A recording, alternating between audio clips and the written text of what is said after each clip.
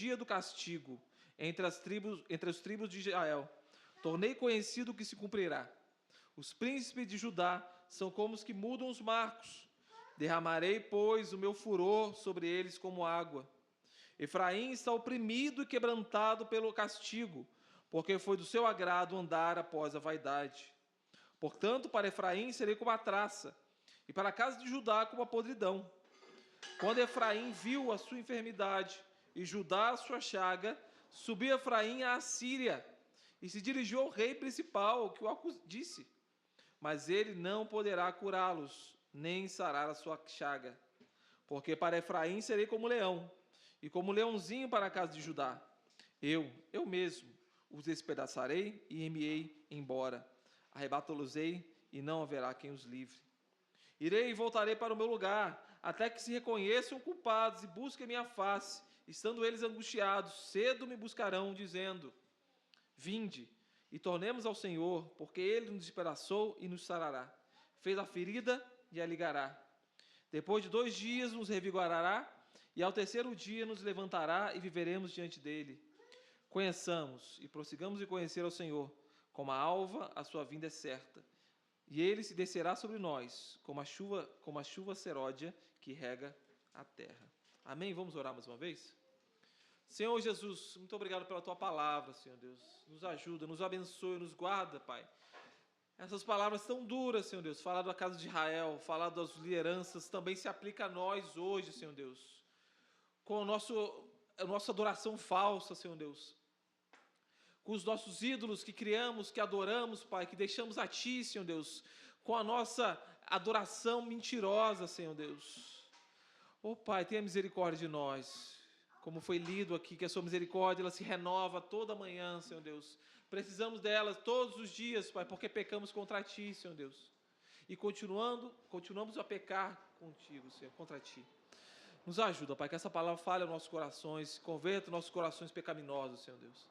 É isso que eu imploro a Ti, já te peço misericórdia, Pai, em nome de Jesus. Amém. E glória a Deus. Irmãos, como eu já havia dito, estamos vendo uma cena de um divórcio litigioso.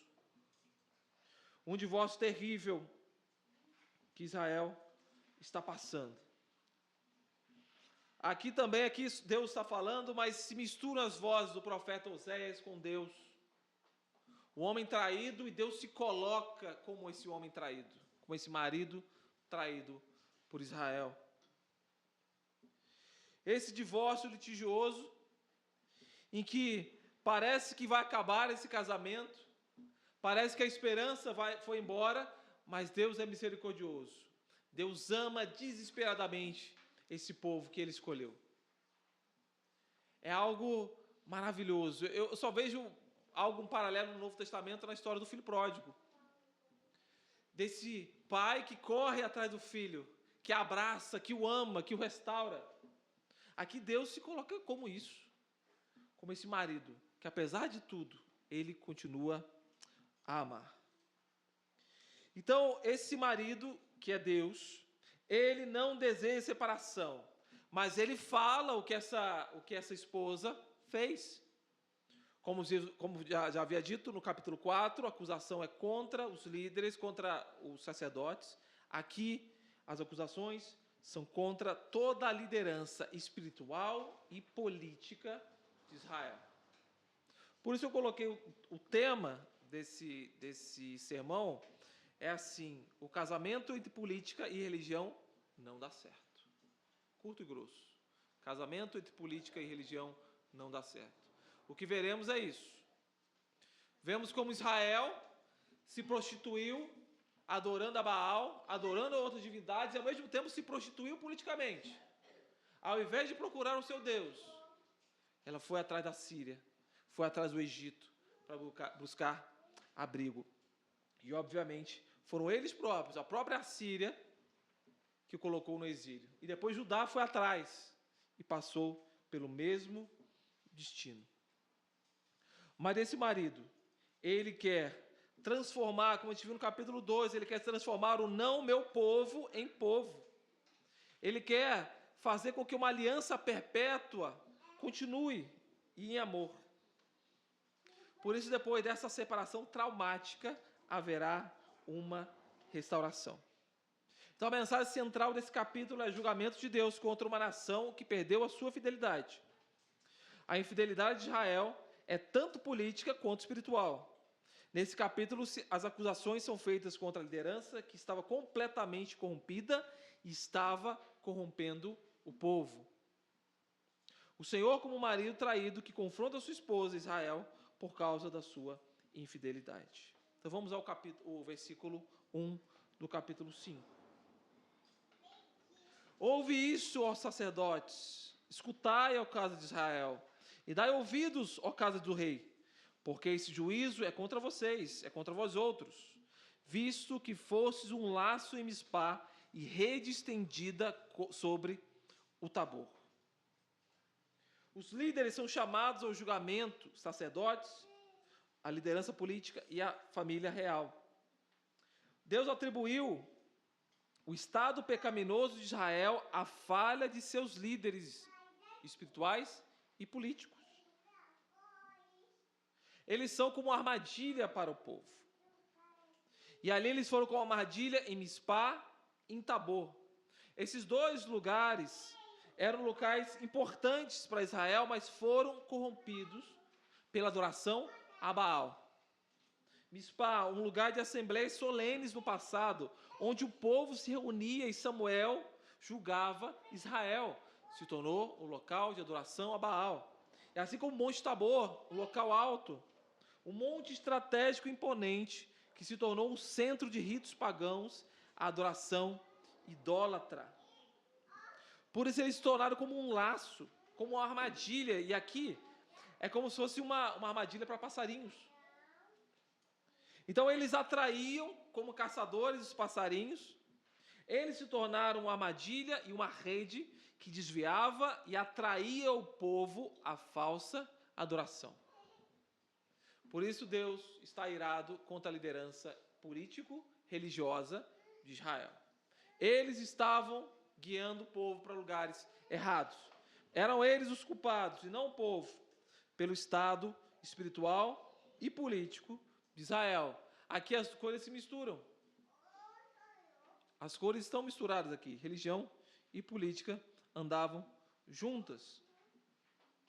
Na prática, versículo 2. Na prática de excessos, vocês se aprofundaram, mas eu castigarei a todos eles. Na prática dos excessos. Aqui literalmente é matança. Esses excessos é matança. O culto a Baal, ele envolvia orgias sexuais, automutilação e até sacrifícios humanos. Então, se Baal, que Baal era o grande deus da fertilidade, interessante que Baal significa senhor, dono e marido. Baal também significa marido, dono, senhor.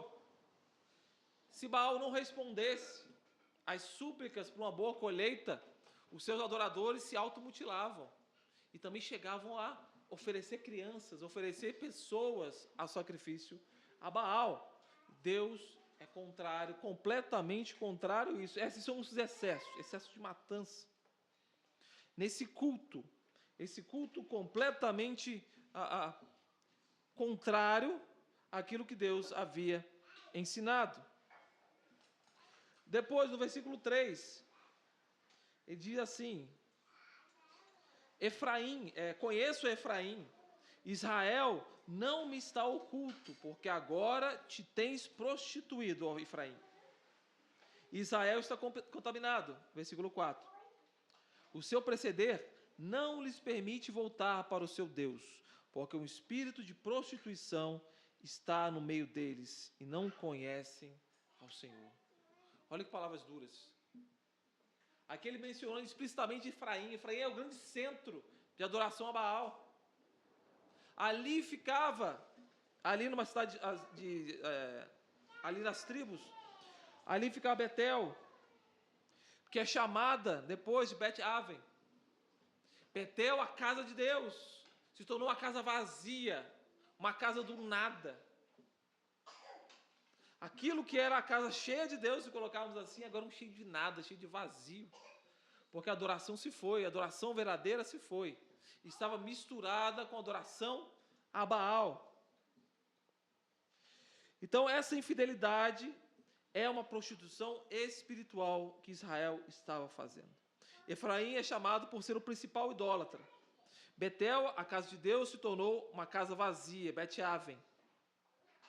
O povo todo se prostituiu completamente em Israel por causa da sua liderança. Aqui se trata de uma infidelidade marital. Israel era a esposa de Deus, assim como Gomer era de Oséias, mas estava em prostituição com outros deuses por questões financeiras e políticas. E que eles queriam algo de Baal. Eles adoravam Baal por causa das colheitas, porque ele era o grande senhor. Na cultura babilônica, assíria, eles estavam se voltando para Baal, ao invés de Deus Todo-Poderoso. O resultado foi um povo totalmente contaminado, impuro, cerimonialmente. Sua adoração era vazia. Sua adoração não servia mais de nada. Israel completamente prostituído, se voltando contra outros deuses. Então, seu destino estava selado. O seu proceder não lhes permite voltar para o seu Deus. Olha isso, o pecado estava tão entranhado em Israel. Lembrando que estamos falando do reino do norte, já havia a divisão. Oséias está falando para o reino do norte, mas também suas profecias vão falar do reino do sul, mas principalmente do reino do norte. As ações de Efraim, de Israel, são tão pecaminosas que não permitem voltar. O arrependimento se torna praticamente impossível quando se está imerso no pecado. E ainda se vangloriava disso, porque quanto mais a gente peca, mais cego nós ficamos. E nós não conseguimos chegar ao nosso estado. Esse é o problema do pecado. Ele vai nos afastando cada vez mais de Deus. Isaías fala sobre isso. Os seus pecados fazem separação entre mim e vocês. Não posso escutar vocês. Há uma barreira tão forte, tão grande, que não dá. Esse é o estado. Porque um espírito de prostituição está no meio deles. Esse espírito de prostituição impedia que eles adorassem a Deus. Ao invés de serem guiados pelo Espírito de Deus, eles estavam sendo guiados por um espírito de prostituição. Por isso não podiam voltar ao Senhor. Irmão, esse espírito de prostituição era real, literal. Porque as mulheres se prostituíam, os homens também. Lembrando, a adoração a Baal, como eu falei, envolvia orgias sexuais. E a maioria dos povos antigos tinham nas suas divindades esse tipo de adoração. Envolvia algum tipo de adoração sexual, de sangue e sexual.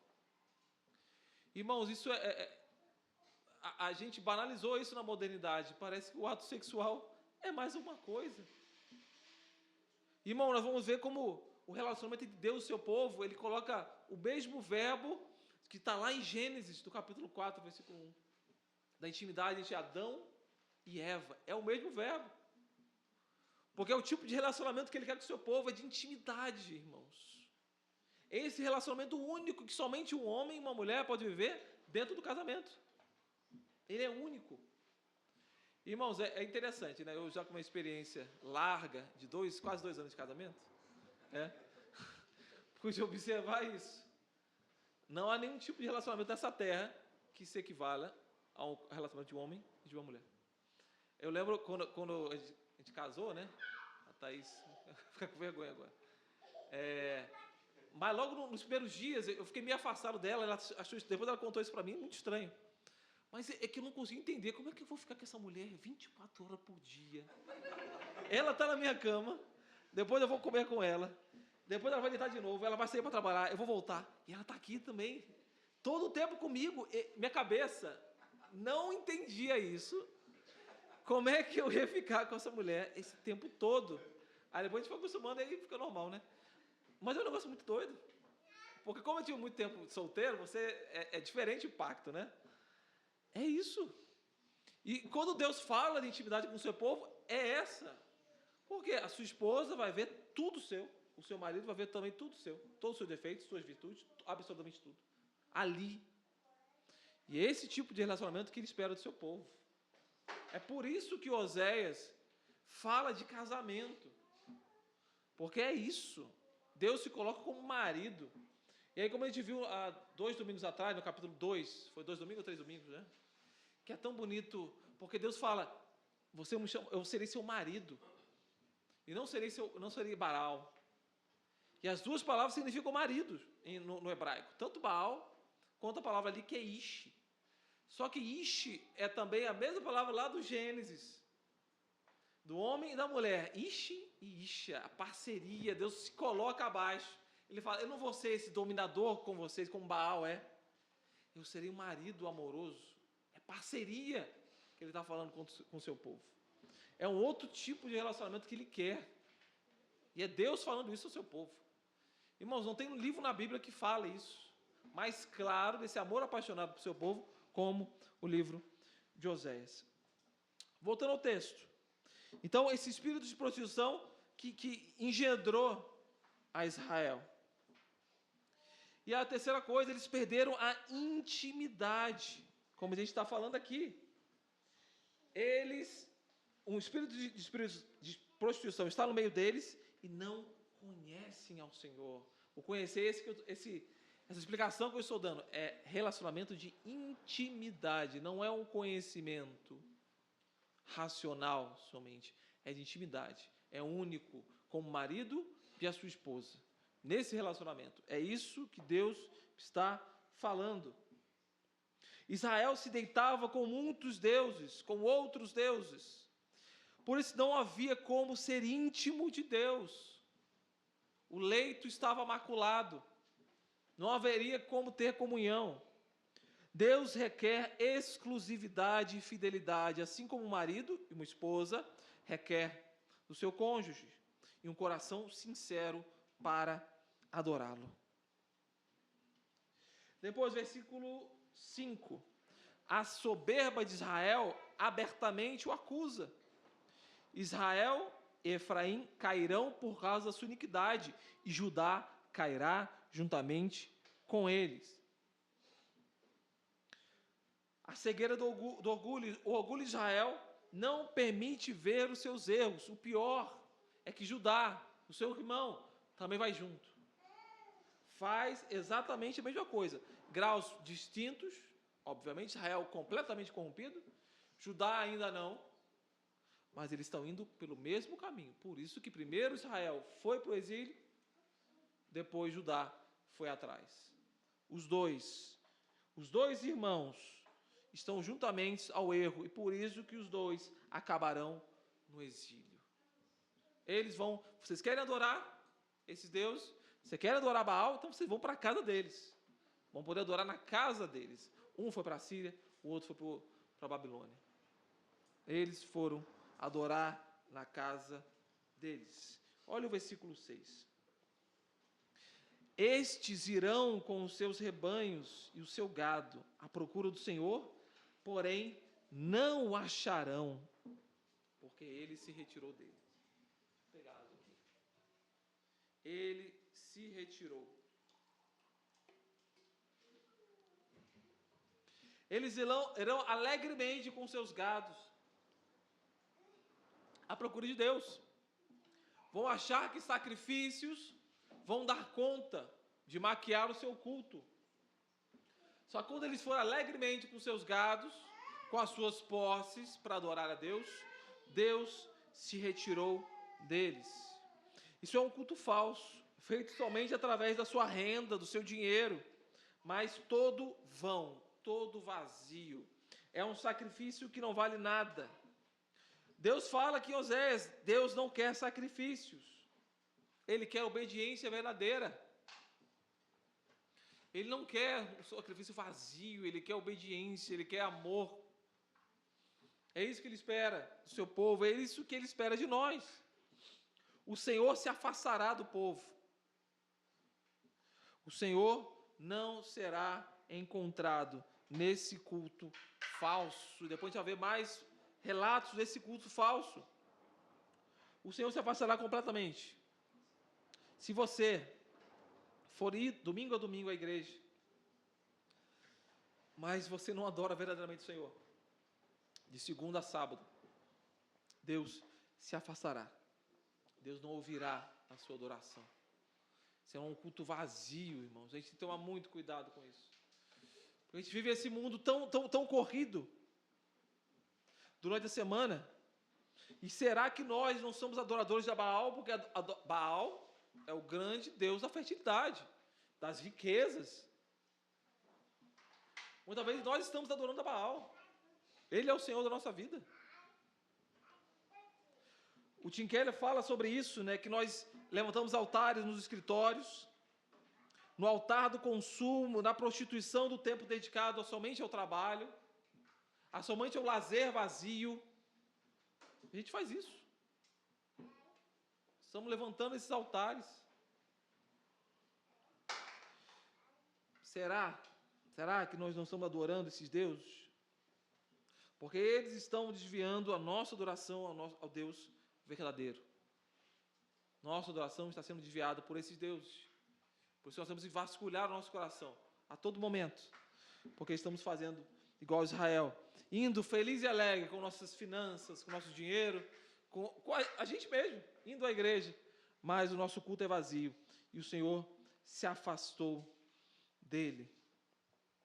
Versículo 7. Alevosamente se houverão contra o Senhor, porque geraram filhos bastardos, filhos fora do casamento. Agora a festa da lua nova os consumirá com as suas porções. Olha isso. Eles vão se afastar de Deus completamente. E além disso, eles são traidores. E ali o verbo é bagad, enganar. Essa palavra descreve um traidor, uma quebra de aliança, a infidelidade no casamento. Eles são traidores. Eles traíram o Senhor. Além disso, eles geraram filhos ilegítimos. E aí são filhos espirituais e físicos, devido ao culto a Baal. Filhos gerados nessa adoração corrupta, por causa das orgias. Esses filhos foram gerados ali, naquele ambiente de adoração àquela divindade. E aí as luas novas, que é uma festa da colheita, uma festa judaica da colheita, que eles achavam que poderiam adorar a Deus ali, naquelas festas. Então, numa cultura agrícola, é fundamental a festa da lua nova. Ali morando na Paraíba, você tem isso. A festa de São João é uma festa agrícola. É uma festa para a colheita, se você não sabe. Então, lá na Paraíba, que é uma questão mais agrícola, no interior também, você tem muito forte isso. Porque são as colheitas, ali era a colheita do milho. Era a melhor colheita do ano. Perto ali do São João. Acho que é 24 de junho, né? São João, né? Esse marco da colheita. E aqui ele está falando exatamente sobre isso. É exatamente sobre isso. Só que eles iam adorar a Deus com a lua nova, alegres. Ele fala que essa lua nova vai devorar vocês. Essa lua nova vai consumir vocês. O culto falso a Deus se voltará contra Israel. Deus não aceitará isso. Os campos dos quais eles queriam fertilidade através de Baal serão destruídos. A divindade mais falada do livro de Oséias é Baal. É a grande divindade. A gente vai ver isso mais e mais ao longo do livro. Já vimos antes, é Baal. É a grande divindade que Oséias está colocando. É a grande divindade em que Gomer foi, Israel foi adorar. Olha o versículo 8. A questão muda para a questão política agora. Vimos a adoração e a questão espiritual, a prostituição espiritual. Agora o texto se vira para a prostituição política, a partir do versículo 8. Tocai a trombeta em Gibeá, em Ramá. Tocai a rebate. Levantai gritos em Bet-Avém. Cuidado, Benjamim.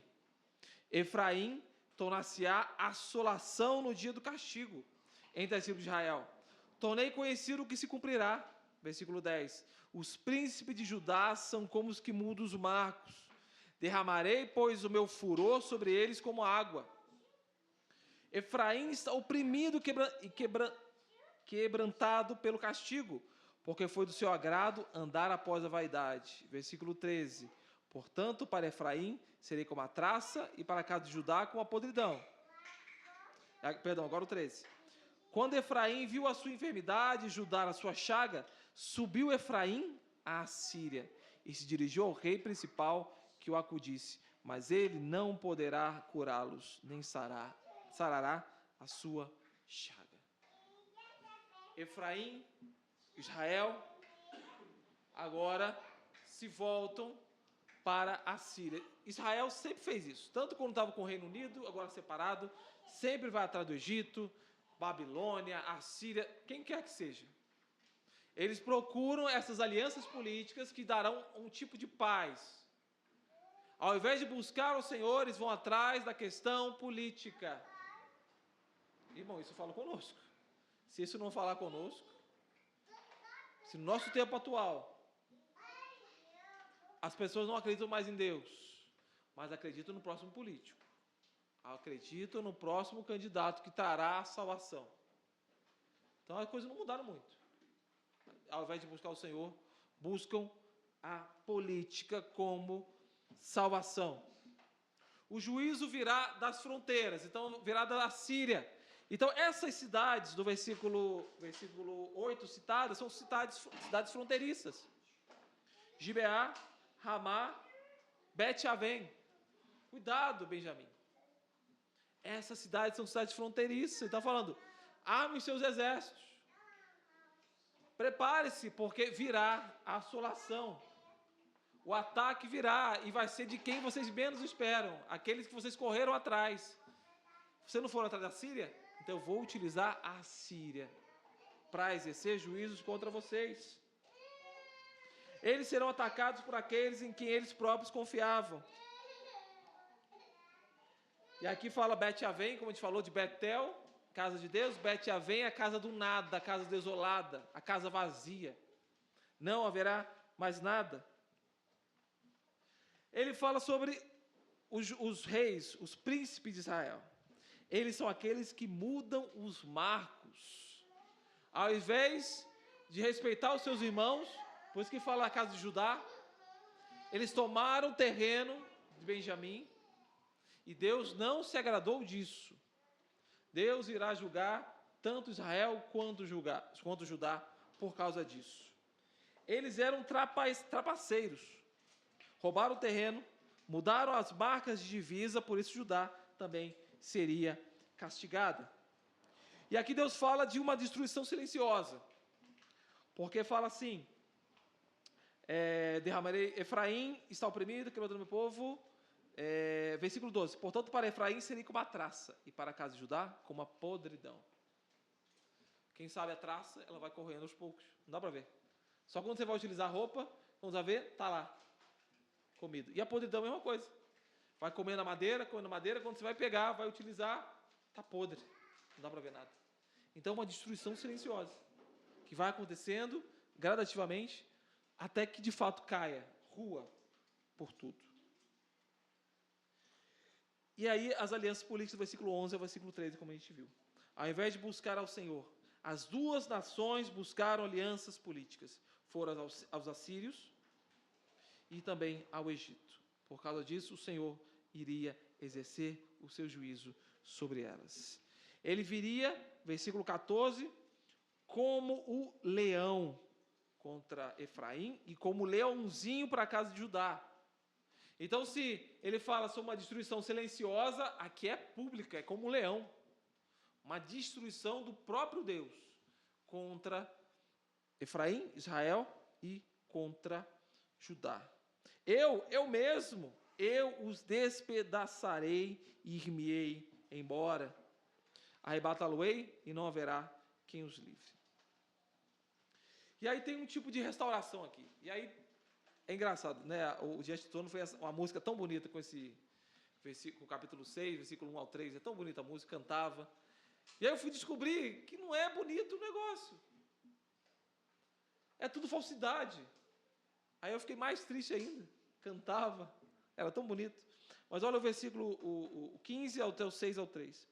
Irei e voltarei para o meu lugar, até que se reconheçam culpados e busquem minha face, estando eles angustiados. Cedo me buscarão. O legal é isso, até aí, legal. Então Deus exerceu o juízo, fez aquilo que parecia uma separação, mas nós sabemos que haverá restauração nesse casamento. Esse casamento foi por um fio, mas Deus tem um compromisso com a sua aliança. Por isso que outra palavra importante em Oséias é esse amor da aliança. É um Deus que não rompe os seus acordos, a sua aliança. É uma aliança perpétua com o seu povo. E também conosco, nos incluímos nisso. Se fosse até aqui, exerceu o juízo, aguardou que eles viessem. Só que qual é a resposta do povo a isso? Entramos no capítulo 6. Diz assim: vinde e tornemos ao Senhor, porque Ele nos despedaçou e nos sarará, fez a ferida e ligará. Depois de 2 dias nos revigorará, e ao 3º dia nos levantará e viveremos diante dele. Conheçamos e prossigamos em conhecer o Senhor. Como a alva, a sua vinda é certa, e ele descerá sobre nós como a chuva seródia que rega a terra. Que bonito. Poesia pura. Eu achava tão bonito esse versículo. Mas eu fui descobrir que é falsa. Essa conversão é de 3 dias. Ele acha que em 3 dias Deus vai fazer tudo, literalmente. É algo rápido. Porque o versículo continua. O amor de vocês é como a neblina. É falso. Quem morou no interior sabe como é que é a neblina de manhã? Já viu? Dar umas 6 horas da manhã, 5 horas da manhã. Vem aquela aguinha, passa pela planta e vai embora. Falou, o amor de vocês é igual a isso aí. É falso. Meu irmão, isso é uma conversão falsa, uma conversão de 3 dias mentirosos. Eles acham que vão comprar ao Senhor. Irmãos, não devemos tentar não ser como Israel, mas nosso coração é igualzinho, irmãos. Nós somos as prostitutas. Somos nós. Nós nos voltamos a outros deuses. Nós agimos, nós somos Gomer. Nós agimos exatamente como ela. E fazemos isso. Essa conversão mentirosa. Essa conversão falsa, irmãos. Irmãos, e Oséias tem que mexer com a gente mesmo. Porque fala da gente. Fala do jeito que a gente adora o Senhor, de maneira falsa, mentirosa. Somente aos domingos. Uma adoração completamente falsa. Apesar da ruína, do julgamento severo e da tamanha desolação devido ao pecado e infidelidade do povo, a mensagem final de Oséias é a graça. O Senhor não abandona Israel. O Senhor não nos abandonará. Que esperamos que haja lugar de arrependimento para nós. Ainda não chegamos a esse estado. E eu quero aplicar o sermão com 3 coisas. A primeira delas, Deus abomina a idolatria de todos os tipos de formas. E aqui é bem claro, a idolatria político-religiosa. Principalmente quando mistura política e fé e religião. E temos vivido isso na sociedade contemporânea. A política virou uma espécie de religião, onde cristãos têm se amarrado e sendo enganados por ela. Não podemos ser como Israel, que foi confiar em nações e projetos políticos, ao invés de buscar ao Senhor. Teremos eleição em outubro, lembrando disso. A loucura já começou, vai ficar pior ainda. Irmãos contra irmãos, famílias que se separam por causa de besteira política. Irmãos, vamos vigiar o nosso coração, as nossas paixões políticas. Lado A, lado B, sei lá. Meu irmão, guarde seu coração. Guarde. Não interessa se você é de direita, de esquerda, de centro, de cabeça para baixo, não interessa. Você é do Senhor. Você é do Senhor. Não interessa isso. Tem irmãos que se envolvem completamente contra isso. Irmãos, cuidado. Onde está o seu coração? É importante tocar nisso. O texto fala sobre isso, tem que aproveitar para falar. Pode ser que doa para alguns, mas é a mais pura verdade. Nós não podemos dividir com isso, não, irmãos. Nós somos de Cristo, irmãos. Ele é o nosso Deus. Ele é o nosso Senhor. Nós não podemos fazer isso. De forma nenhuma. Irmão que não fala com irmão, que separa amizades por causa disso. Pais que não falam com filhos. Nós vimos isso. Irmãos, isso não é de Deus. De forma nenhuma. Então, Deus abomina a questões políticas, idolatria política de todas as formas. A liderança política e religiosa que levou o povo à idolatria.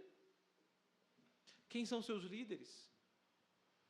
Quem você admira como político, pastor, influência, que acha que é pastor, sei lá.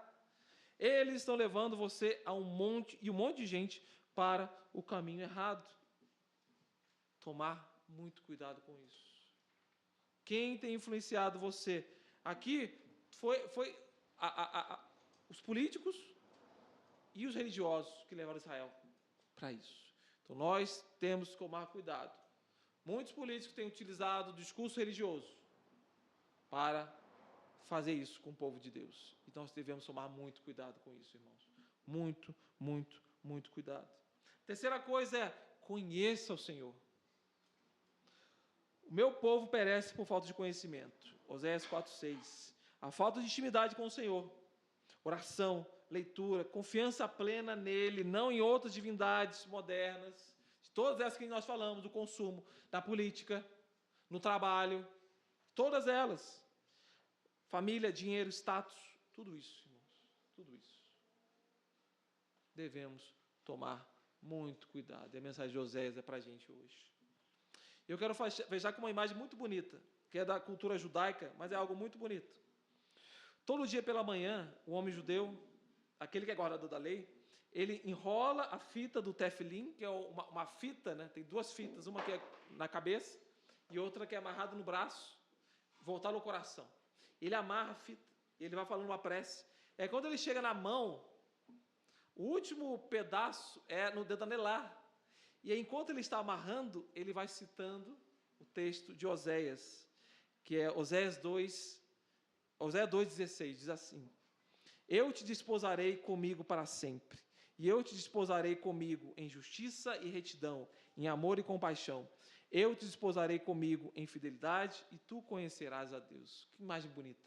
Todo dia de manhã, o homem judeu, ele vai amarrando no dedo anelar, na sua oração, ele faz essa citação de Oséias, todo dia, para mostrar a renovação dos votos do marido, que é Deus, com o seu povo, que é Israel. Irmão, vê como esse relacionamento é tão lindo, tão bonito de Deus com Israel. E Deus que se espalha, que aumenta isso ao seu povo, nós, novo Israel. E Ele requer isso de nós, irmãos. Que o Senhor nos abençoe, meus irmãos, e guarde. Amém? Vamos orar? Senhor Jesus, muito obrigado pela Tua palavra, Senhor Deus. Obrigado por ter falado nos nossos corações, Senhor Deus.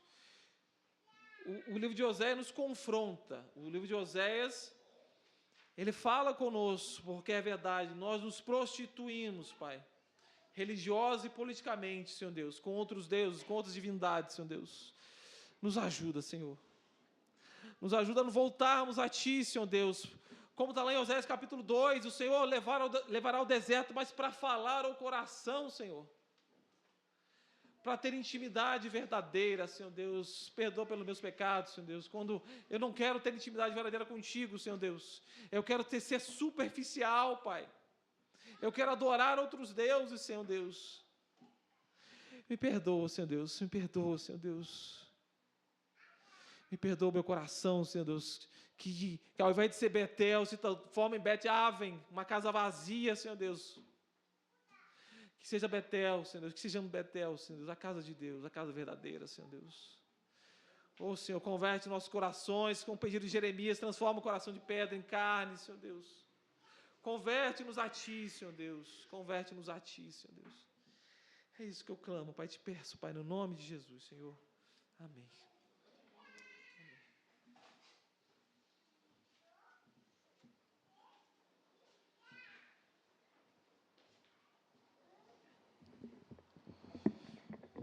Vamos cantar, irmãos. Convidar a igreja a ficar de pé, para nós fazermos essa oração final.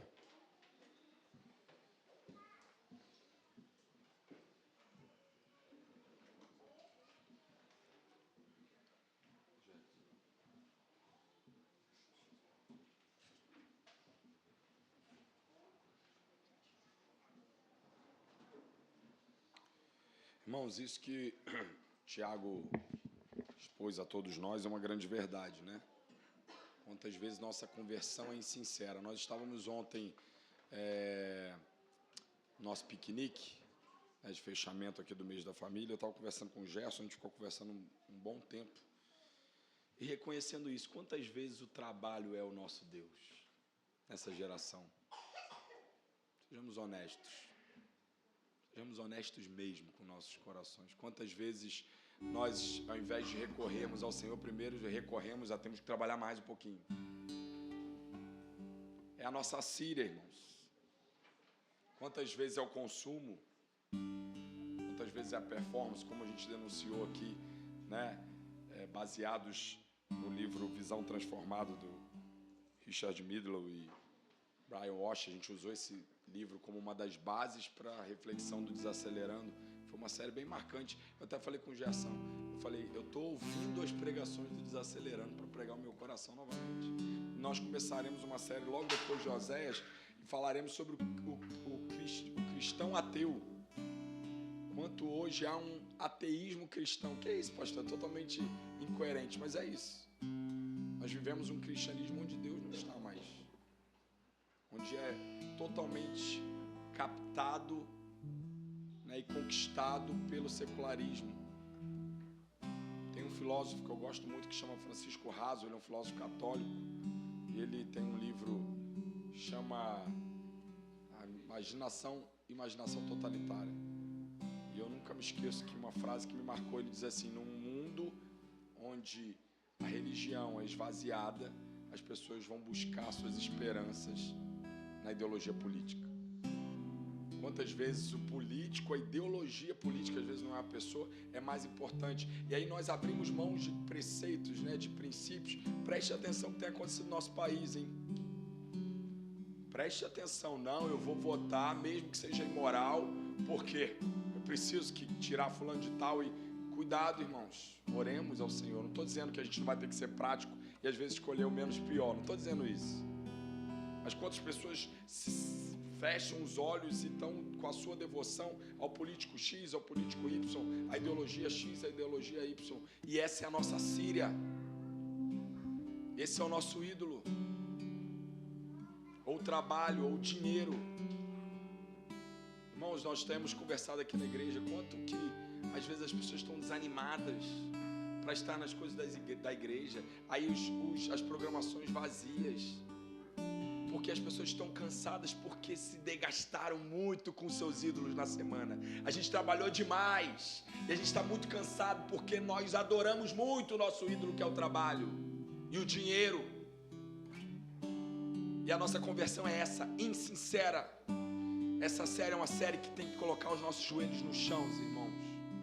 Nossa boca no pó e nós reconhecermos, nós somos esse. Senhor, nos perdoe, nos traga uma conversão sincera, Senhor. E eu quero terminar o culto dessa manhã lendo o que o Tiago citou aqui na sua oração, Lamentações. Porque essa é a nossa esperança, irmãos. Abramos a nossa Bíblia aí, Lamentações. Último capítulo do livro de Lamentações. Capítulo 5. Jeremias, que viu o seu povo sendo alcançado pelos falsos ídolos e sendo corrigido por Deus por conta dessa idolatria, ele chega à conclusão de que a esperança está em Deus. E ele diz o seguinte no verso 20: por que te esquecerias de nós para sempre, Senhor? Por que nos desampararias por tanto tempo? E ele entende.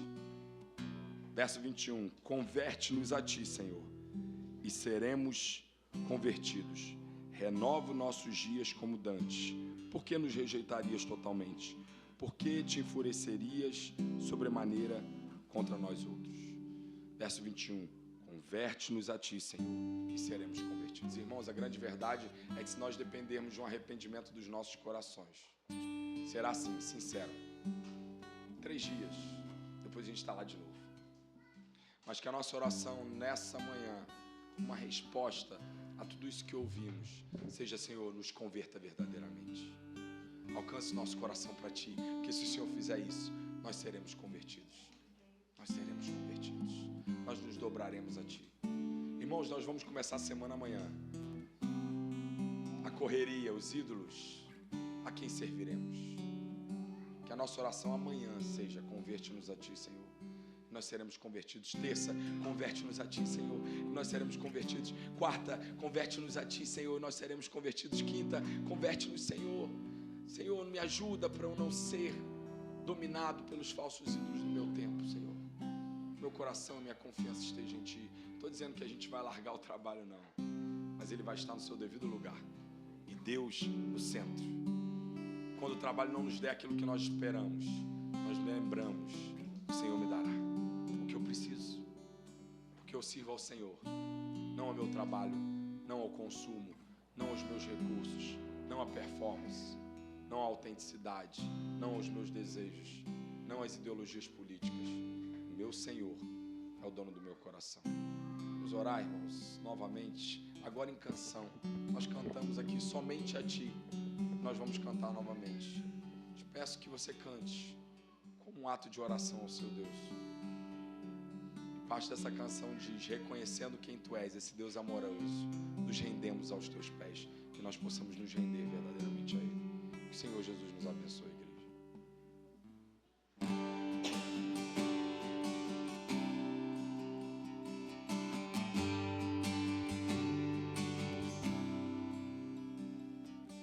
Antes que os montes nascessem e se formasse a terra, de eternidade a eternidade, Tu és Deus. Todas as coisas criaste com grande sabedoria. As Tuas obras proclamam Tua glória, para sempre sejas louvado. Tu és eterno, imutável, soberano, incomparável, santo, justo, amoroso, imponente, poderoso, reconhecendo quem Tu és, nos curvamos aos Teus pés e rendemos toda a glória, toda a honra a Ti, somente a Ti.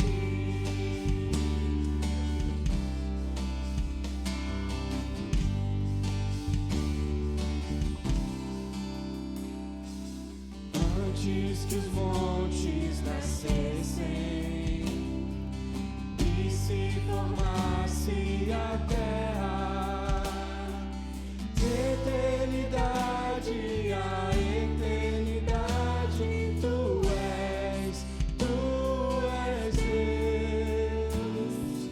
Todas as coisas criaste com grande sabedoria. As Tuas obras proclamam Tua glória, para sempre sejas louvado.